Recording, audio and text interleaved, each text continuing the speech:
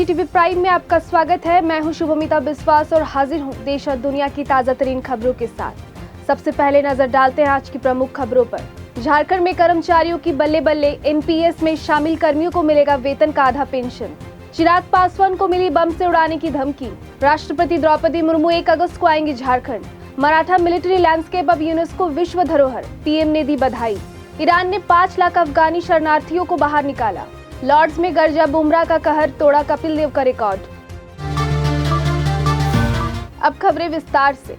झारखंड सरकार ने national pension scheme में शामिल कर्मचारियों के लिए बड़ी राहत की घोषणा की है। राज्य सरकार ने यूनिफाइड पेंशन स्कीम लागू करने की मंजूरी दी है, जिसके तहत 25 साल सेवा देने वाले कर्मचारियों को उनके अंतिम वेतन का 50% पेंशन मिलेगी। सरकार ने अपना अंशदान 14% से बढ़ाकर 18.5% कर दिया है, जबकि कर्मचारियों का योगदान 10% ही रहेगा। इसके साथ ही अब पेंशन गारंटी के साथ मिलेगी, जो पहले केवल कर्मचारियों की योगदान और पेंशन फंड की कमाई पर निर्भर थी। इससे कर्मचारियों को वित्तीय स्थिरता मिलेगी। इसके अलावा पंचम और छठे वेतनमान के अंतर्गत आने वाले कर्मचारियों और पेंशनर्स के DA में भी बढ़ोतरी की गई है। 1 जनवरी 2025 से DA 246% से बढ़कर 252% कर दिया गया है। ये फैसला हजारों कर्मचारियों और पेंशनधारियों के लिए बड़ी राहत साबित होगा। झारखंड CID ने सहारा समूह के खिलाफ जांच में खुलासा किया है कि सहारा ने रांची और बोकारो में जमीनें बेची, लेकिन ACBI को पैसे नहीं दिए। CID ने पाया कि जमीनों की फर्जी तरीके से बिक्री हुई और बिक्री से मिली रकम ACBI और निवेशकों को नहीं दी गई, बल्कि निजी खर्चों में इस्तेमाल हुई। सहारा इंडिया के अधिकारी शैलेंद्र शुक्ला ने बताया कि फंड ट्रांसफर के आदेश मुख्यालय से आते हैं और पैसे कोलकाता, गुवाहाटी, पटना, लखनऊ और दिल्ली जैसे शहरों में भेजे जाते थे। जांच में बेगूसराय, पटना और बोकारो की जमीनों को ACBI के तय कीमत से बहुत कम दामों में बेचे जाने का भी पता चला है। धनबाद में सहारा की जमीन पर असरफी अस्पताल का निर्माण चल रहा है। CID ने संबंधित अधिकारियों से जानकारी मांगी है और मामले की गहराई से जांच कर रही है। FIR दर्ज करने की सिफारिश भी की गई है। केंद्रीय मंत्री और लोक जनशक्ति पार्टी रामविलास के अध्यक्ष चिराग पासवान को सोशल मीडिया इंस्टाग्राम पर मिराज इद्दिसी नामक अकाउंट से बम से उड़ाने की धमकी मिली है। इस धमकी को लेकर पटना साइबर थाना में लिखित शिकायत दर्ज कराई गई है। पार्टी के मुख्य प्रवक्ता डॉक्टर राजेश भट्ट ने इस घटना को गंभीरता से लेते हुए प्रशासन से तत्काल जांच और दोषी की गिरफ्तारी की मांग की है। उन्होंने इसे लोकतंत्र और दलित नेतृत्व पर हमला बताया है, जिसे किसी भी हाल में बर्दाश्त नहीं किया जाएगा।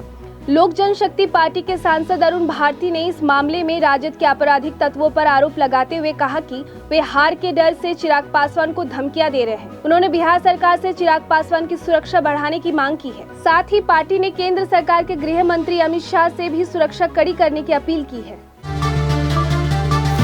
शराब घोटाले की जांच कर रही ACB ने दावा किया है कि वरिष्ठ IAS अधिकारी विनय चौबे ने रांची के कारोबारी नेक्सटजेन के मालिक विनय सिंह को 41 करोड़ रुपए का 5 वर्ष का स्किल डेवलपमेंट टेंडर दिलाने में मदद की थी। यह टेंडर 2017 में एक बार में दिया गया था, जिसमें 4 करोड़ रुपए का अग्रिम भुगतान भी शामिल था। जाँच के दौरान ACB ने यह भी पाया कि टेंडर के समय रवि रंजन मिशन डायरेक्टर और अजय कुमार सचिव थे, जिनसे ACB ने पूछताछ की है। ACB ने विनय चौबे के खिलाफ आय से अधिक संपत्ति का मामला भी दर्ज किया है और हजारीबाग के वन भूमि और खास महल भूमि घोटाले में उनकी भूमिका की जांच कर रही है। आरोप है कि विनय चौबे ने हजारीबाग DC रहते हुए विनय सिंह के परिवार को विशेष लाभ पहुंचाया। फिलहाल ACB यह पता लगाने की कोशिश कर रही है कि इस टेंडर को दिलवाने में किसकी भूमिका थी और क्या विनय चौबे ने इसका निर्देश दिया था।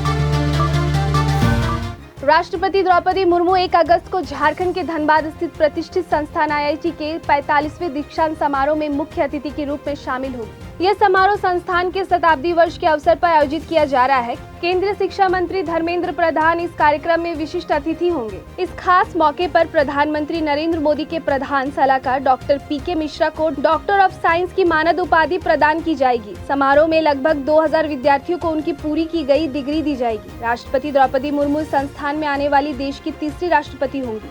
इससे पहले भारत के पहले राष्ट्रपति डॉक्टर राजेंद्र प्रसाद और वर्ष 2014 में तत्कालीन राष्ट्रपति प्रणब मुखर्जी इस संस्थान के दीक्षांत समारोह में मुख्य अतिथि रह चुके हैं। यह आयोजन संस्थान के शताब्दी वर्ष का महत्वपूर्ण अवसर है। बिहार सरकार चुनावी साल में हर परिवार को 100 यूनिट तक मुफ्त बिजली देने की योजना लेकर आ रही है। मुख्यमंत्री नीतीश कुमार ने इस योजना का ऐलान किया है, जो जल्द ही कैबिनेट की बैठक में अंतिम मंजूरी के लिए जाएगा। इस योजना से राज्य के लाखों परिवारों को बिजली के बिल में राहत मिलेगी और वे हर महीने सैकड़ों रुपए बचा सकेंगे। ऊर्जा विभाग के प्रस्ताव को वित्त विभाग ने मंजूरी दे दी है, जिससे सरकार का यह कदम आम जनता के लिए बड़ा तोहफा साबित होगा। 2025 के विधानसभा चुनाव से पहले ये योजना सरकार का महत्वपूर्ण चुनावी दांव मानी जा रही है। केंद्र सरकार की पीएम सूर्य घर मुफ्त बिजली योजना पहले से चल रही है, लेकिन ये नई योजना सीधे उपभोक्ताओं को मुफ्त यूनिट प्रदान कर उनके खर्चों को कम करने पर केंद्रित है। अब रुख करेंगे राष्ट्रीय खबरों की ओर। Maratha military landscape of India को यूनेस्को की विश्व धरोहर सूची में शामिल किया गया है। ये भारत का 44वां विश्व धरोहर संपत्ति है, जो देश की समृद्धि, सांस्कृतिक और ऐतिहासिक विरासत को दर्शाती है। महाराष्ट्र और तमिलनाडु के कई किलों को इस मान्यता से सम्मानित किया गया है, जिनमें सालहेर, शिवनेरी, लोहगढ़, रायगढ़, राजगढ़, प्रतापगढ़, स्वर्णदुर्ग, पनहाला, विजयदुर्ग, खंडेरी, सिंधुदुर्ग और गिंजी किला शामिल है। ये किले रणनीतिक रक्षा योजनाओं और दुर्ग निर्माण की अनूठी परंपराओं को दिखाते हैं। यह निर्णय यूनेस्को के 47वें विश्व धरोहर समिति सत्र में लिया गया है, जिसमें 20 में से 18 सदस्य देशों ने भारत के प्रस्ताव का समर्थन किया। पीएम नरेंद्र मोदी, केंद्रीय मंत्री गजेंद्र सिंह शेखावत और महाराष्ट्र के मुख्यमंत्री देवेंद्र फडणवीस ने इस उपलब्धि पर देशवासियों को बधाई दी। यह सम्मान भारत के सैन्य और सांस्कृतिक इतिहास को विश्व स्तर पर पहचान दिलाता है। बढ़ते अंतर्राष्ट्रीय खबरों की ओर। ईरान ने केवल 16 दिनों में 5 लाख से अधिक अफगान नागरिकों को देश से जबरन बाहर निकाला है। यह कार्रवाई 24 जून से 9 जुलाई 2025 के बीच हुई, जिसमें हर दिन लगभग 30,000 अफगानों को निकाला गया। संयुक्त राष्ट्र ने इसे दशक की सबसे बड़ी जबरन निकासी में से एक बताया है। मार्च 2025 में ईरान ने अवैध रूप से रहने वाले अफगान शरणार्थियों को 6 जुलाई तक देश छोड़ने का अल्टीमेटम दिया था। जून 2025 में ईरान और इजराइल के बीच 12 दिन तक चले सैन्य संघर्ष के बाद ईरान ने आंतरिक सुरक्षा का हवाला देते हुए प्रवासियों के खिलाफ सख्त कदम उठाए। ईरान ने कुछ अफगानों पर इजराइल के लिए जासूसी करने का आरोप लगाया है, लेकिन अब तक इस संबंध में कोई ठोस सबूत सामने नहीं आए हैं। इस अभियान से अफगान शरणार्थियों की हालत और भी कठिन हो गई है। अब आपको लेकर चलते हैं मनोरंजन जगत में। कॉमेडियन कपिल शर्मा के कैप्स कैफे पर ताबड़तोड़ फायरिंग की घटना सामने आई है, जिसकी जिम्मेदारी खालिस्तानी आतंकी हरजीत सिंह लड्डी ने ली है। हरजीत पंजाब के नावा शहर का रहने वाला है और बब्बर खालसा इंटरनेशनल से जुड़ा हुआ है। वो भारत के एनआईए का मोस्ट वांटेड आतंकवादी है, जिस पर 10 लाख रुपए का इनाम रखा गया है। हरजीत ने कहा कि कपिल शर्मा ने निहांग सिखों की ड्रेस का मजाक उड़ाया था, जिससे वो नाराज थे। उन्होंने पहले कपिल के मैनेजर से बात करने की कोशिश की, लेकिन जब कोई जवाब नहीं मिला तो उन्होंने फायरिंग करवाई। हरजीत ने कपिल को माफी न मांगने पर और बुरे परिणामों की धमकी भी दी है। पुलिस और सुरक्षा एजेंसियां इस गंभीर मामले की जांच कर रही है और हरजीत की तलाश में जुटी है। घटना से कपिल शर्मा और उनके परिवार की सुरक्षा को लेकर चिंता बढ़ गई है। खेल जगत की बात करें तो लॉर्ड्स टेस्ट में जसप्रीत बुमराह ने अपनी घातक गेंदबाजी से इंग्लैंड को बैकफुट पर ला दिया। दूसरे टेस्ट के वर्कलोड मैनेजमेंट के कारण बाहर रहने वाले बुमराह ने तीसरे टेस्ट की दूसरी सुबह शानदार वापसी करते हुए 5 विकेट लिए। इसी के साथ उन्होंने विदेशी धरती पर 13वीं बार एक पारी में 5 विकेट लेने का कारनामा कर कपिल देव का 12 बार विकेट लेने का रिकॉर्ड तोड़ दिया। बता दें, लॉर्ड्स के ऑनर्स बोर्ड पे नाम दर्ज करवाना हर गेंदबाज का सपना होता है, लेकिन बुमराह ने इस उपलब्धि के बाद भी कोई खास जश्न नहीं मनाया। उन्होंने इंग्लैंड की पहली पारी को 387 रन पर समेटने में अहम भूमिका निभाई। इंग्लैंड ने दिन की शुरुआत 251/4 से की थी, लेकिन बुमराह की धार गेंदबाजी ने बाकी बल्लेबाजों को टिकने नहीं दिया।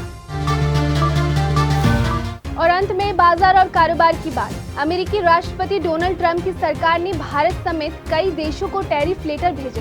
भारत के साथ एक नई ट्रेड डील लगभग फाइनल होने वाली है, जिसमें भारत पर 20% तक का टैरिफ लगाया जा सकता है। इससे पहले अप्रैल 2025 में अमेरिका ने भारत पर 26% का रेसिप्रोकल टैरिफ लगाया था, जो भारत द्वारा अमेरिका पर लगाए गए 52% टैरिफ का आधा था। ट्रंप ने इसे डिस्काउंट टैरिफ बताया था। ब्लूमबर्ग की रिपोर्ट के अनुसार भारत के वियतनाम, लाओस और म्यांमार जैसे देशों की तुलना में कम टैरिफ का सामना करना पड़ सकता है, क्योंकि उन देशों पर 20 से 50% तक का टैरिफ पहले ही लगाया जा चुका है। टाइम्स ऑफ इंडिया की रिपोर्ट ये भी संकेत देती है कि भारत अमेरिका के बीच बातचीत सकारात्मक दिशा में बढ़ रही है। ये डील दोनों देशों के व्यापारिक और आर्थिक सहयोग को मजबूत करने में मददगार साबित होगी। फिलहाल आज के लिए इतना ही। दर्शकों को कैसी लगी हमारी ये पेशकश हमें जरूर बताएं।